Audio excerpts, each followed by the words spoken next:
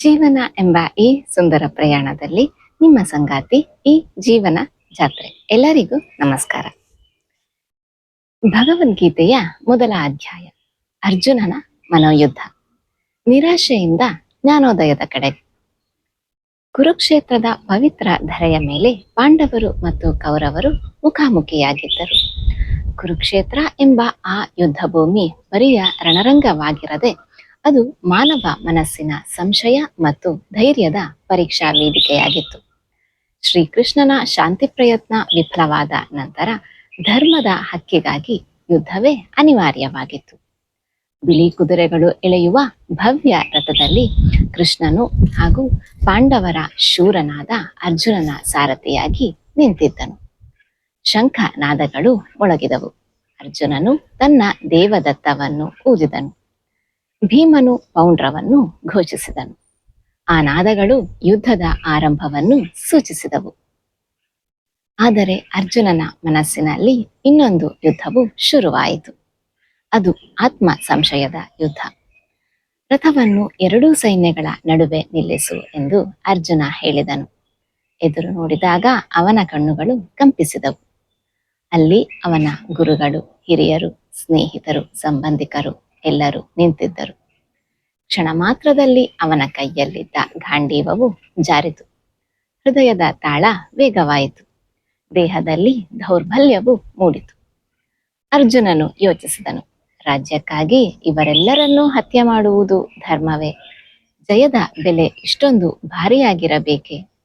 ಅವನ ಮನಸ್ಸು ಭಾವನೆಗಳ ಹೊಳೆಗಳಲ್ಲಿ ತೇಲಿತು. ಇದು ಮಾನವ ಮೆದುಳಿನ ಸಹಜ ಪ್ರತಿಕ್ರಿಯೆ.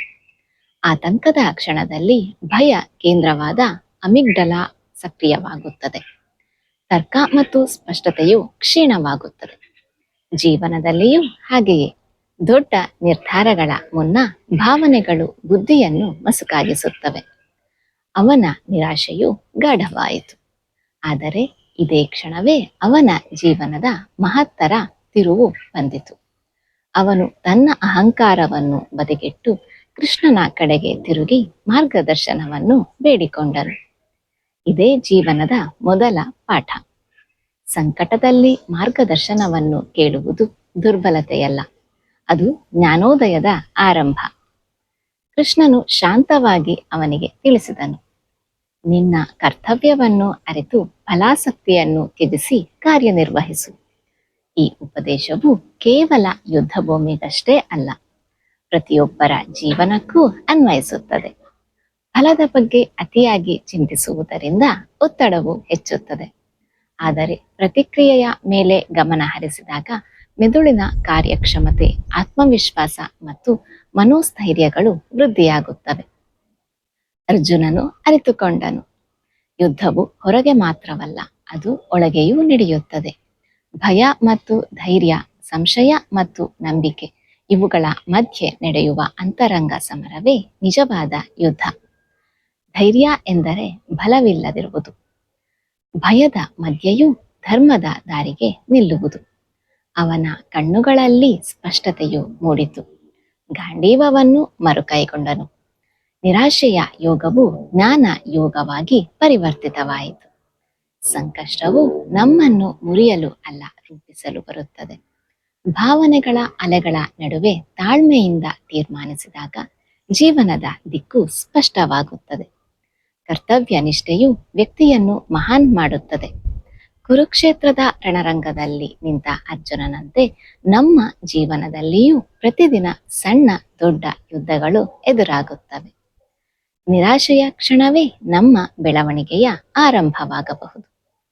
ನಾವು ಧೈರ್ಯವಾಗಿ ಸತ್ಯದ ದಾರಿಯನ್ನು ಆರಿಸಿದರೆ ಕುರುಕ್ಷೇತ್ರದಲ್ಲಿ ಅರ್ಜುನನಂತೆ ದೊಡ್ಡ ನಿರ್ಧಾರಗಳ ಮುನ್ನ ನಾವು ಕೂಡ ಗೊಂದಲಕ್ಕೆ ಒಳಗಾಗುತ್ತೇವೆ.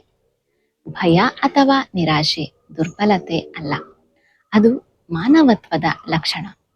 ಅರ್ಜುನನು ಶ್ರೀಕೃಷ್ಣನ ಬಳಿ ಜ್ಞಾನವನ್ನು ಕೇಳಿದಂತೆ ಜೀವನದಲ್ಲೂ ಒಬ್ಬ ಗುರು, ಮಾರ್ಗದರ್ಶಕ ಅಥವಾ ವಿಶ್ವಾಸಾರ್ಹ ವ್ಯಕ್ತಿಯ ಸಲಹೆ ಕೇಳುವುದು ಬೆಳವಣಿಗೆಯ ಆರಂಭ. ಫಲದ ಬಗ್ಗೆ ಅತಿಯಾಗಿ ಚಿಂತಿಸುವುದರಿಂದ ಒತ್ತಡವು ಹೆಚ್ಚುತ್ತದೆ. ಆದರೆ ನಮ್ಮ ಕರ್ತವ್ಯವನ್ನು ಪ್ರಾಮಾಣಿಕವಾಗಿ ಮಾಡುವುದು ಮನಃಶಾಂತಿ ಮತ್ತು ಯಶಸ್ಸಿಗೆ ದಾರಿ ಮಾಡಿಕೊಡುತ್ತದೆ. ಭಯ ಬಂದಾಗ ತಕ್ಷಣದ ನಿರ್ಧಾರವನ್ನು ಮಾಡಬಾರದು. ವಿಜ್ಞಾನವು ಹೇಳುತ್ತದೆ, ಶಾಂತ ಮನಸ್ಸು ಉತ್ತಮ ತೀರ್ಮಾನಗಳನ್ನು ತೆಗೆದುಕೊಳ್ಳುತ್ತದೆ. ಬಾಹ್ಯ ಸಮಸ್ಯೆಗಳಿಗಿಂತ ನಮ್ಮ ಒಳಗಿನ ಸಂಶಯ, ಭಯ, ಆಲಸ್ಯ ಇವೇ ದೊಡ್ಡ ಶತ್ರುಗಳು. ಅವನ್ನು ಗೆದ್ದರೆ ಜೀವನದಲ್ಲಿ ಜಯವು ನಿಶ್ಚಿತ. ನಿರಾಶೆಯ ಕ್ಷಣವೇ ಹೊಸ ಆರಂಭವಾಗಬಹುದು. ಅದು ನಮ್ಮನ್ನು ಆತ್ಮ ಪರಿಶೀಲನೆಗೆ ಕರೆದೊಯ್ಯುತ್ತದೆ. ಜೀವನದಲ್ಲಿ ಪ್ರತಿಯೊಬ್ಬರಿಗೂ ತಮ್ಮದೇ ಕುರುಕ್ಷೇತ್ರ ಇರುತ್ತದೆ. ಧೈರ್ಯ, ನಂಬಿಕೆ ಮತ್ತು ಕರ್ತವ್ಯ ನಿಷ್ಠೆಯಿಂದ ನಡೆದುಕೊಂಡರೆ ನಿರಾಶೆಯೇ ನಮ್ಮನ್ನು ಶಕ್ತಿಶಾಲಿಯಾಗಿಸುತ್ತದೆ. ಧನ್ಯವಾದಗಳು. ಸಬ್ಸ್ಕ್ರೈಬ್ ಮಾಡಿ. ಇದು ಕೇವಲ ಚಾನಲ್ ಅಲ್ಲ, ಇದು ನಿಮ್ಮ ಜೀವನ ಜಾತ್ರೆ. ಸರ್ವೇ ಜನ ಸುಖಿನೋ ಭವಂತು.